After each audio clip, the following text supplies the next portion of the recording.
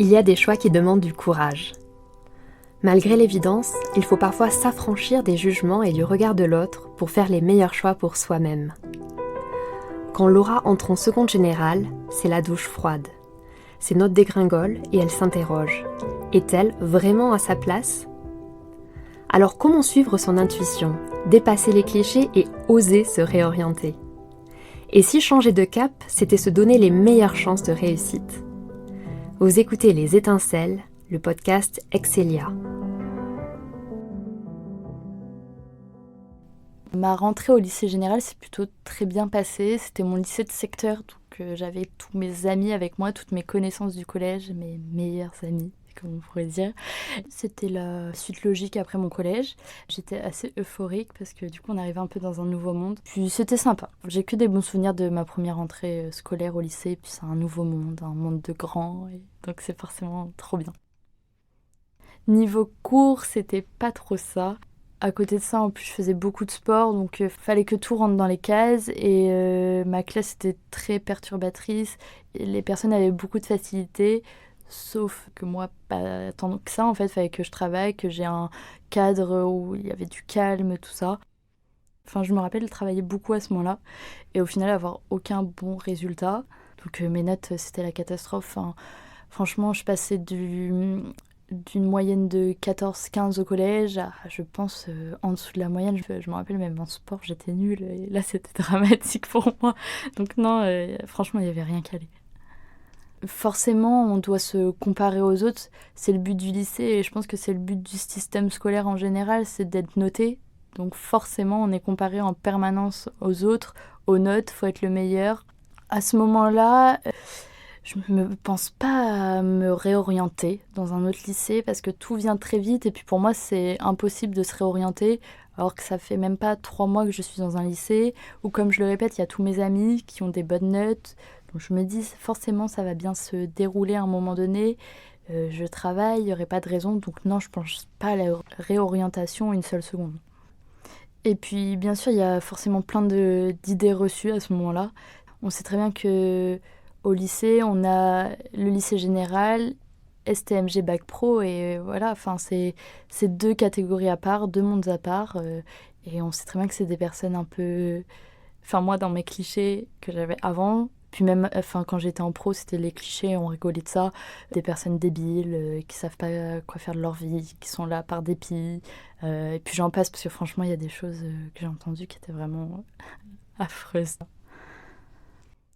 2 mois après environ, où là les discussions étaient avec ma famille, où on s'est dit faut trouver une solution parce que vraiment ça devenait un mal-être pas possible parce que je me mettais une pression permanente pour les cours. C'est mes parents en fait, à un moment, un soir, je me rappelle, en plus c'était l'anniversaire de mon père et d'un coup me disent t'en es où niveau moyenne? Comment dire? J'ai 8 de moyenne, c'est pas super. Du coup, c'est là où ils me disent faut peut-être trouver une solution. Moi, je leur dis que non, enfin, je travaille. En plus, ils me voient travailler, donc ils sont un peu surpris parce qu'ils savent que je suis motivée. Et donc, à la suite de ça, je pense que c'est les jours après où ma maman vraiment parle avec moi toute seule et me dit, tu sais, il y a des solutions, tu peux aller en bac pro, enfin, c'est pas une honte, on peut chercher. Moi, au début, je lui dis, mais pas du tout, jamais de ma vie, j'irai là-bas, surtout qu'il y a que 2 lycées pro. Du coup, le lycée où je vais aller après, c'est vraiment le lycée où j'ai dit, jamais de ma vie, j'irai là-bas. C'est un lycée privé, très cliché, jamais j'y mettrai un pied. Bon, j'y suis allée. J'ai décidé de pas forcément en parler à trop de gens. En plus de ça, c'est tombé sur les vacances scolaires quand j'ai eu ma réflexion. Je me voyais pas en parler avec quiconque. Et puis c'est des personnes qui comprendraient pas, qu'elles voudraient ne pas comprendre. Mais les amis que j'avais à ce moment-là, c'était vraiment des personnes qui avaient des bonnes notes, qui étaient très scolaires. Donc même gentiment, elles auraient trouvé une solution. Mais je pense que la solution était déjà toute trouvée. C'était de changer de voie, d'aller voir autre chose, gagner plus de confiance. Donc non, j'en ai pas forcément parlé. Je pense qu'à part mes 2 parents, personne n'était trop au courant à ce moment-là.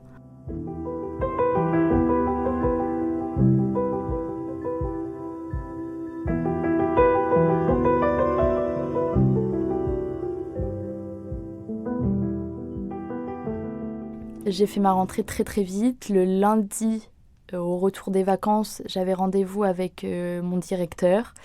le soir même, mes parents signaient le chèque et signaient les papiers pour me faire inscrire dans le lycée où je faisais ma rentrée le mardi matin. C'était très bizarre. Déjà, je refais une rentrée scolaire. C'était pas prévu. J'arrive dans un établissement où j'avais pas envie d'aller. En lycée professionnel, on avait des journées obligatoires d'uniforme, de tenue professionnelle. Et j'arrive un mardi où c'est la tenue professionnelle. Donc tous les gars sont en costard. Les filles sont en uniforme pareil, jupe, petite veste, tout ça. Et moi, j'arrive en jean bien décalé là-dedans. Et tout le monde me regarde parce que j'avais jamais été la nouvelle. Donc je me revois passer la porte. Et là, c'est les 30 paires de yeux qui sont sur nous et qui nous jugent. Et c'est très long, mais après, ça se passe plutôt bien. En fait, c'était un peu une journée très très bizarre. Vraiment, je me demandais qu'est-ce que je faisais là. Niveau matière, ça se passe étonnamment plutôt très très bien. En fait, j'ai pris de l'avance et j'avais une technique de révision. Donc moi, j'arrive et j'ai ma technique de révision. Je prends les cours directement. Je me souviens, je vais dans un café, je travaille tout. Les gens me disaient, mais Laura, t'inquiète pas. Non, moi je travaillais à fond et donc mon premier cours, je crois que c'est économie droit à ce moment-là. Et en fait, j'avais déjà vu ces cours-là là, en lycée général.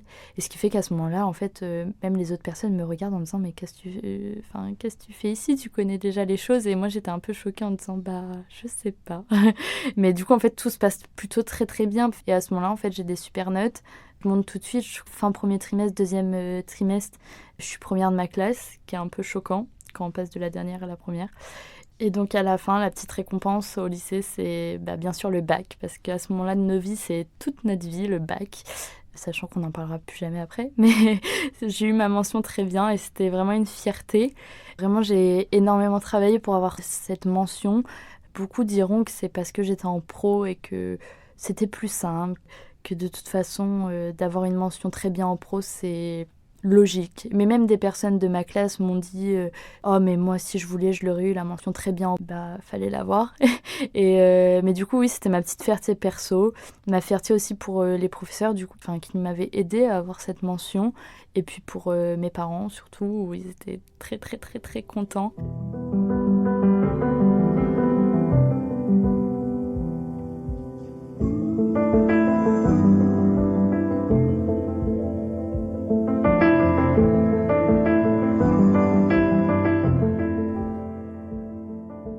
Si je devais tirer un bilan de cette réorientation, ça serait que du positif au final, parce que franchement, niveau cours, j'ai eu que des bons retours, aussi bien dans mes stages que dans les résultats scolaires. J'ai que des bons contacts avec mes anciens profs. J'ai mes meilleurs amis que j'ai rencontrés grâce à ce choix. Donc si je devais tirer un bilan, c'est que du positif, et je ne saurais pas tirer un meilleur bilan que ça, parce que je vois aucune once de négativité à tout ça. Et si c'était à refaire, je le referais 1000 fois sans hésiter. Ma réorientation, elle a eu que des aspects positifs pour ma vie professionnelle. Quand à 18 ans, on sort avec un CV avec au moins 4 ou 5 expériences différentes, forcément, c'est très très enrichissant. J'étais en spécialisation bac pro commerce et j'ai pu faire mes premiers stages dans une boutique semi-haut de gamme. Et donc ça m'a appris beaucoup de techniques de vente. En fait, tous mes stages m'ont appris plein de choses, parce qu'après, du coup, je suis allée dans la grande distribution. J'ai pu avoir mes premiers jobs étudiants, jobs d'été grâce à ça.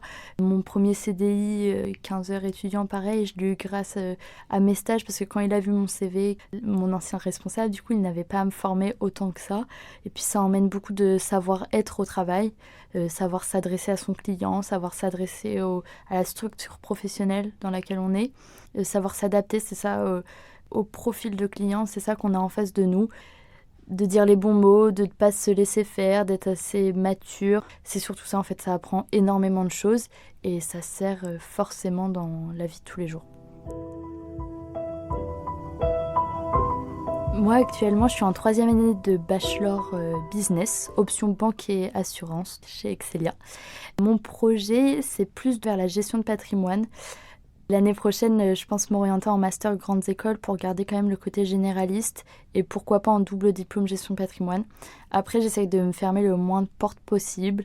J'aimerais bien après, par la suite, peut-être m'orienter vers tout ce qui est entrepreneuriat, tout ce dont je me ferme aucune porte et c'est pour ça que je reste dans les filières un peu générales pour l'instant. Chez Excelia, il n'y a aucune distinction entre élèves professionnels, élèves venant d'un lycée général, bien au contraire. Il y a des personnes qui font des réorientations. J'ai une maman qui a 30 ans, qui est dans ma classe et qui revient à l'école. Il n'y a aucune distinction, bien au contraire, ils acceptent tous les profils. Si j'avais un dernier message à adresser aux élèves de Bac Pro, c'est vraiment de ne pas baisser les bras. Vous pouvez le faire, rentrez pas dans les préjugés du parce que je suis en pro, je ne ferai jamais ça, ou parce que je suis en pro, je ne pourrai jamais faire mieux. Si on a envie, on peut.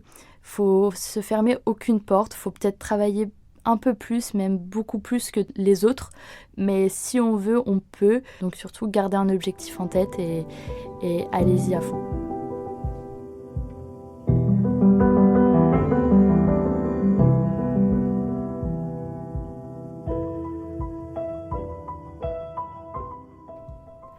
Vous venez d'écouter Les Étincelles, le podcast Excelia. Dans le prochain épisode, découvrez une nouvelle histoire d'un étudiant. Retrouvez-nous sur Instagram avec le compte Excelia Group.